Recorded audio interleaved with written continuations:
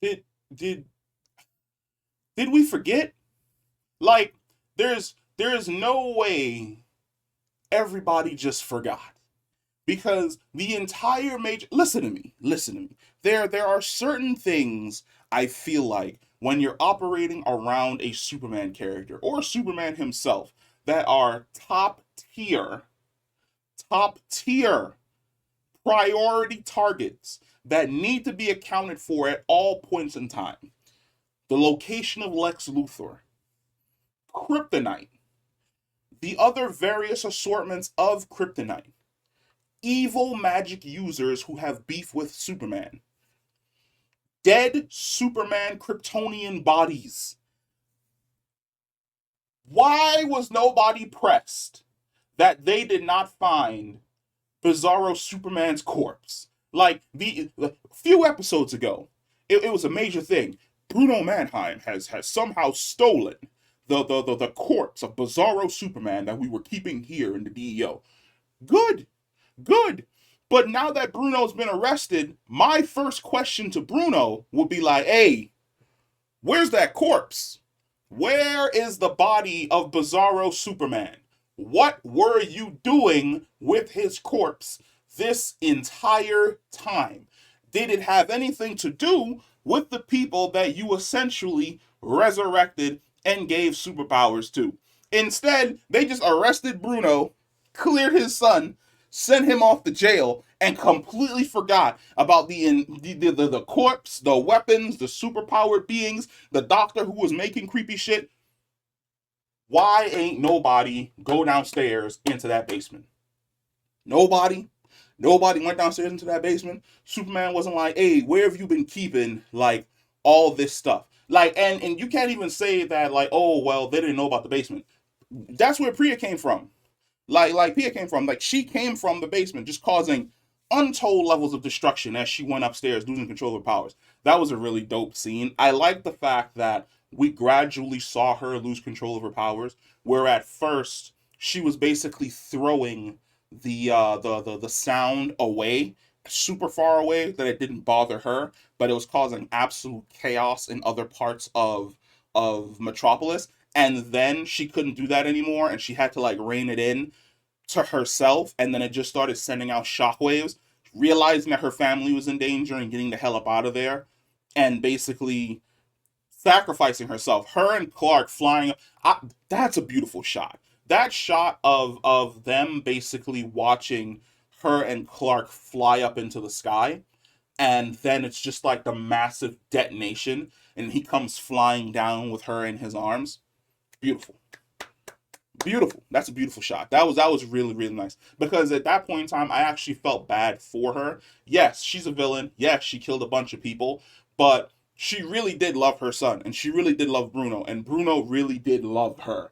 And you felt it when he lost her and you felt it when she realized that this was the end and she was going to die and there was nothing that she could essentially do other than tell Superman to let her family know that she wanted to say goodbye. That was magnifique. I love that. That is absolutely beautiful. And of course, at the end of this episode, we see that Bizarro Superman's essentially awake and he is mutating. Interesting to see what exactly he turns into. I'm wondering if he's going to be like something of a hybrid, somewhere between traditional Bizarro, where he's just really buff and like his body is just completely disproportioned, or if he's going to be somewhere between the way he was and kind of like the Zod Doomsday creature from not Man of Steel. That was in Batman vs Superman. Batman vs Superman. Yeah. So let me interesting to see where exactly his creature transformation is going to end up taking him in the next episode. That's dope as hell. Once again, we're back on the teen romance trip. I would say that I think that Natalie and Mateo have a better relationship than Jordan and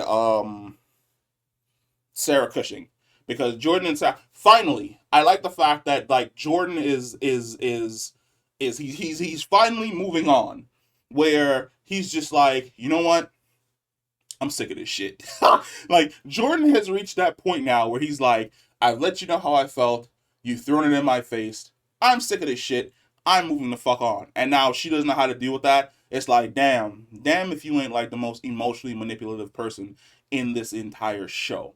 I also like the freak out at the hospital where he sees basically his x-ray vision kicks in and he starts having anxiety because he's trying to close his eyes but he can't close his eyes because he's seeing through his eyelids and he's seeing everything. And Clark realizes what's going on because he probably had the exact same thing happen to him when he was younger and his x-ray vision kicked in. And it's the connection between Jordan and Jonathan where Clark doesn't know how to handle the situation because Jordan and Jonathan have they're fraternals like they've always said, but because Jonathan has essentially been the one who's always been there to kind of calm Jordan down and rein Jordan in. He goes through the breathing steps with him, which is really, really great. But then once he goes through the breathing steps, he's like, I need you to focus on me. And I need you to get this shit under control for mom. And that's the push that he needed to basically like rein in all of the crazy shit that was happening with him and get his powers under control. Beautiful. This is another great fucking episode. If anything survives the collapse of the Arrowverse, I can only hope that it's Superman and Lois. I'm hearing that they're supposed to be picking it up for another season, and that season is going to be on HBO. So it's going to be interesting to see exactly what that looks like, divorced from the CW, with HBO basically being the ones to front the bill for the series, because I'm really hoping that like HBO is like, huh, Doom Patrol's gone, Titans is gone, Stargirl is gone. That's funding for 3 shows that we can throw into one dope ass show. And they're talking about turning that show basically into their main universe show, which characters like the Flash, Supergirl, Martian Manhunter, all of these different characters are going to start appearing in Superman and Lois. Mwah. Love it.